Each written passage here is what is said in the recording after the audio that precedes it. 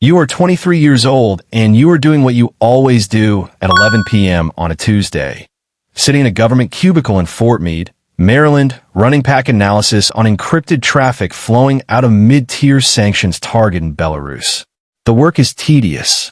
You flag anomalies, write reports that 3 people read, and get paid $67,000 a year to be the sharpest mind in a room full of people who stopped being sharp a decade ago. You have been at the NSA for 14 months. You applied because you thought the work would matter. You stay because you haven't figured out yet that it won't. The file that changes your life isn't something you go looking for. It comes to you the way most dangerous things do, through a door you opened for a completely different reason. You're tracing a financial exfiltration route, following encrypted wire transfers moving through a chain of shell companies registered in Luxembourg, Cyprus, and the Cayman Islands. Standard stuff. You've mapped 100 of these trees before. But this one doesn't bottom out at a sanctioned oligarch or a mid-level arms dealer. It bottoms out at a routing node you recognize. A node you helped build. It is a domestic collection architecture, internal NSA infrastructure, and the money flowing through it is coming from a source flagged in your own agency's most restricted counterterrorism database. The destination is a personal account registered to a sitting U.S. senator. You sit with that for a long time. You verify it 4 times. You screenshot nothing. You write nothing down. You close the terminal, log out, and drive home in silence. You don't sleep. You spend the next 6 days deciding what kind of person you are. You decide you are the kind of person who makes a copy. You pull the thread slowly, methodically, over the following 3 weeks. You don't use agency systems after that first night. You use a personal device, a custom Linux build running through 4 separate VPN layers and a Tor exit node, routing your traffic through a rented server in Iceland you've never touched with a real identity. You are careful in a way most people at your level never need to be, because most people at your level never find what you found. What you find as you pull the thread is not a small thing. It is not 1 senator and 1 routing node. It is a financial architecture spanning 11 years, 43 countries, and transactions involving the personal accounts or verified proxies of 19 sitting heads of state, 6 intelligence directors, 3 Supreme Court justices, and a number of other individuals whose names appear on the kind of public list that make people feel like the world has rules. You are not looking at corruption. You're looking at the skeleton of the world. You resign from the NSA on a Friday. You give 2 weeks notice because you are still, at this point, the kind of person who gives 2 weeks notice. You use those 2 weeks to finish the archive. When you walk out on your last day, you carry nothing but a phone and a key to a storage unit in Fredericksburg, Virginia, that holds a single encrypted drive. The passphrase is 42 characters. You're the only person alive who knows it. That was 4 years ago. You are 27 now, and you have not slept in a real bed in 8 months. The archive contains what you now call the index. You spent the first year after leaving verifying everything in it, cross-referencing financial records against public statements, travel logs, corporate filings, and intercept you pulled during your final weeks at the agency. What you found holds. Not all of it is financial. Some of it is operational. Authorizations for targeted killings dressed up as counterterrorism, domestic surveillance programs with no legal basis, agreements between governments to share intelligence on their own citizens, dissidents handed across borders like packages. Some of it is personal. Affairs, addictions, medical conditions that would end careers. Private communications between men who give speeches about freedom and write to each other about how to prevent it. You never intended to use any of it as blackmail. That is important to you, though you stopped being sure why. What you intended when you were 23 and still believe in outcomes was to give it to a journalist. You contacted 3. The first went quiet after 48 hours and never responded again. The second told you the story was too large and the liability was impossible. The third died in a car accident in Oslo 6 weeks after you made contact. The police ruled it an accident. You know enough about how these things are done to know that ruling means nothing. After Oslo, you stop thinking about outcomes and start thinking about survival. Your operational model now is built on a single principle.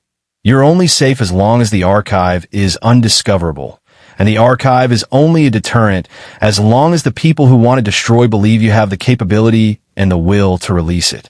You don't live anywhere for more than 6 weeks. You don't use the same device for more than 30 days. You keep 3 separate encrypted backups in 3 countries, each accessed through a different identity, none of them linked to each other or to you by any chain shorter than a dozen hops. You have 4 passports. None of them are in your real name. 2 of them were purchased. 2 of them were built from the ground up using identities you constructed over 18 months, real social security numbers pulled from deceased individuals, credit histories seeded slowly and carefully. You exist in 4 countries simultaneously and in none of them completely. The money situation is something people never think about when they imagine this life. You have no employer. You have no bank account in your real name. You maintain operational funds through a combination of cryptocurrency holdings spread across 11 wallets. Small freelance security consulting work done under pseudonyms for private firms who do not ask questions, and twice, payments you accepted from investigative organizations in exchange for narrow, specific disclosures that you controlled entirely. You gave them enough to publish something real. You gave them nothing that could be traced back to the archives, full scope. Both times, the stories ran, caused a week of news, and were subsequently buried in ways that told you a great deal about who reads when it makes what calls. The first time someone contacts you directly, you are in Lisbon. It comes through a channel you set up for exactly this purpose, a dead drop address on a dark web forum, monitored but never responded to, a way of watching who knows you exist. The message is 3 sentences. It identifies a specific file in the index by its internal reference number, a number you have never shared with anyone. It tells you a price. It tells you an account number to deposit confirmation. You close the laptop and spend the next 4 hours in a park feeding pigeons and thinking about what it means that someone knows that reference number. It means one of 3 things. Someone else was inside the same architecture you were inside and pulled the same thread. Someone tortured it out of a person connected to you, which means the journalist in Oslo wasn't an accident and someone has been walking your trail. Or someone inside one of the 3 governments currently most motivated to find you has a technical capability you haven't accounted for. You decide it's the 3rd option because it's the one that requires the least number of things to have already gone wrong. You move safe houses that night. You burn the Lisbon identity completely. The second contact comes 4 months later in a different city through a different channel. This one isn't a buyer. This one is a warning. It comes from an address you trace back through 7 layers to a signals intelligence directorate in a country that is technically an ally of the United States. The warning is simple. There's an active rendition authorization with your name on it. Not your real name. One of your constructed names, which means they're closer than you thought. The warning costs you a week of paralysis and then a week of furious recalibration. You change 3 of your 4 identities. You move the European backup out of the country it was in. You reach out to a contact, the only person you trust, a former intelligence lawyer turned academic who has never touched the archive but understands what it is, and you give her a sealed package with instructions. If she stops hearing from you on a specific schedule, she opens it. She doesn't ask questions. She has stopped asking questions because she understands, by now, what the questions would mean. The rendition authorization tells you something useful. It tells you they're not certain you have what they think you have. If they were certain, they wouldn't authorize rendition. They would do what they did in Oslo. The fact that they want you alive means they want the passphrase, which means the archive is intact, and they don't have it, which means the leverage still holds. You sleep better after you work that out. Not well. Better. You spend a lot of time thinking about the moral geometry of your situation. You have information that would, if released completely and responsibly, cause genuine consequences for people who have done genuinely harmful things. You have not released it. You tell yourself this is because the infrastructure for releasing it safely doesn't exist, that the journalist networks are compromised, that any partial release without a coordinated global distribution strategy would be buried or discredited, that you're waiting for the right moment and the right mechanism. Some of this is true. Some of it is that you are afraid. Some of it is that you have started to understand, in a way you didn't when you were 23, that releasing the archive would not fix the architecture that made the archive possible. You would blow up the personnel and leave the structure standing, and the structure would simply refill. You have no solution to this. You sit with it. The closest you come to releasing everything is in the third year. You are in a city in Southeast Asia. You have been sick for 2 weeks, and you receive confirmation through indirect channels that one of the individuals in the index, a head of state whose financial crimes you documented in detail, has just authorized a military operation that you know from intercept in the archive was funded through exactly the mechanism you traced. People die because of that operation. Civilians. The number, when it comes through, is in the dozens. You spend a night looking at the relevant files in the archive, the financial threads, the communications, the authorizations. You build a disclosure package. You identify 3 independent journalists in 3 countries with the security infrastructure to receive it. You are 40 minutes from sending it when you stop. You stop because you run the calculation. You have run it before, but never this close to the decision. If you send this, the story runs in days. In hours after publication, every intelligence service that has been hunting you knows you are operational and that the archive is accessible.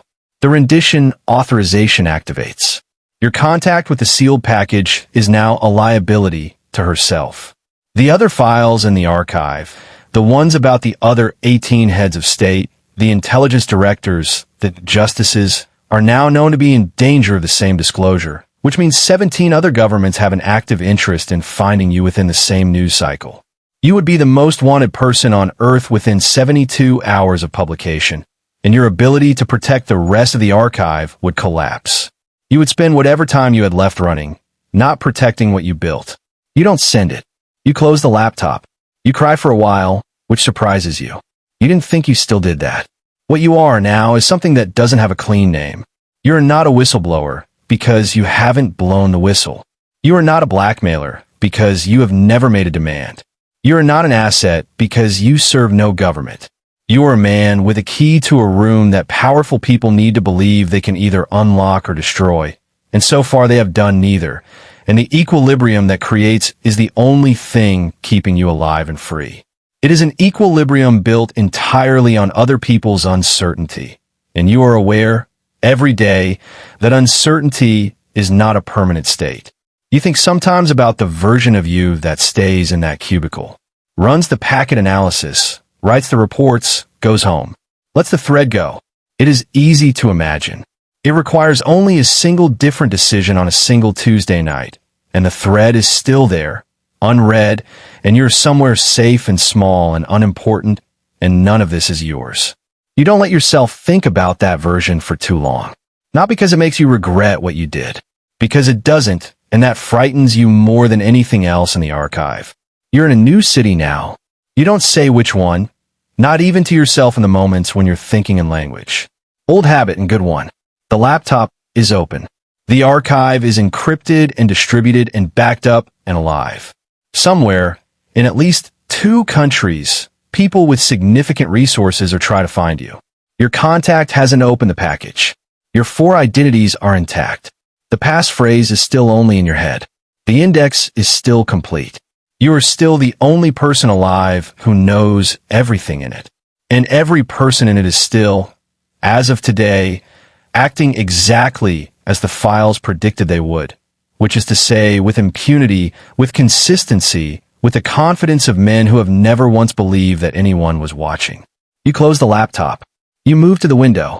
You think about the journalist in Oslo and the 42 characters you've memorized and the dozens of civilians and the sealed package in your contact's desk drawer.